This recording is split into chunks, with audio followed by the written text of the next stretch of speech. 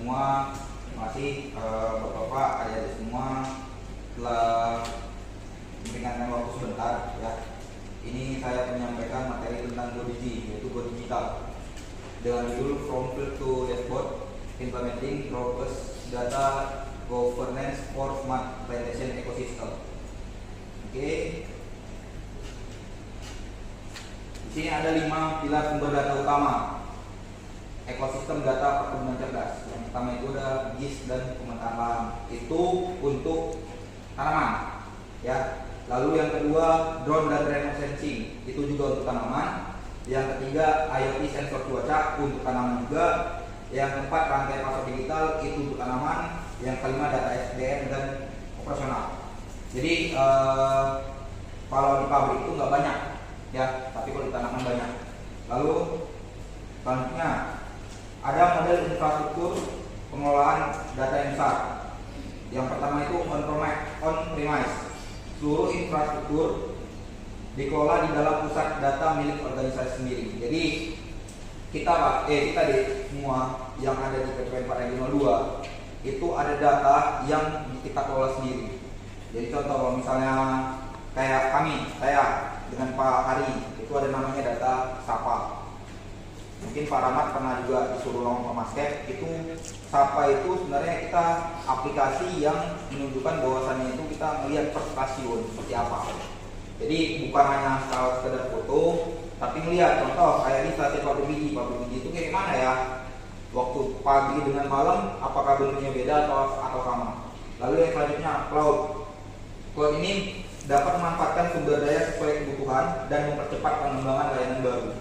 Lalu yang ketiga hybrid, data yang bersifat sensitif dapat tetap disimpan dan dikelola secara lokal. Jadi model-model infrastruktur ini sudah ada di kita, ya, sudah ada di kita, terlebihnya di pabrik pengolahan. Lalu selanjutnya ada beberapa ancaman bagi operasional. Yang kritis itu kebocoran data lapangan. Contoh kebocoran data lapangan. Nah, kalian di sini magang, ya, kalian di sini magang. Dalam artian magang itu pasti sedikit banyaknya kalian tahu mengenai operasional yang ada di dalam. Nah, ketika kita magang di suatu tempat, kita itu harus menjaga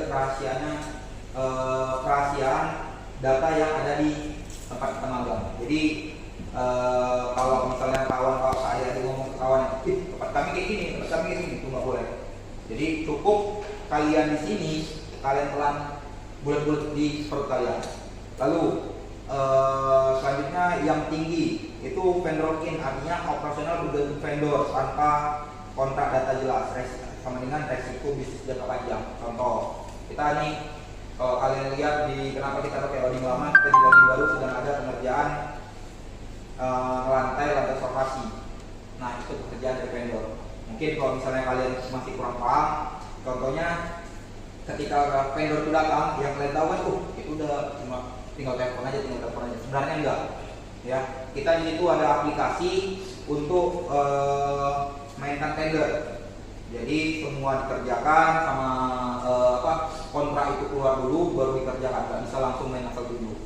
Lalu yang ketiga itu inkonsistensi data. Nah, jadi jadi adik-adik kan, kalau misalnya kita bekerja, data kita manipulatif, ya, itu pasti ada rasa kayak gini ya, pasti ada rasa bersalah. Nah, jadi sebenarnya data itu ya kita carikan data-data yang real. Jadi contohnya kayak misalnya kalau misalnya kalian tahu di klarifikasi itu ada namanya intent dekat musola. Nah, itu data yang dari sini langsung terkirim ke pusat. Itulah salah satu contohnya. Jadi supaya data itu on time dan lain sebagainya, itu kita semua pakai aplikasi intent. Jadi mungkin itu aja masalah Go Digi. Terima kasih atas waktunya. Assalamualaikum warahmatullahi wabarakatuh.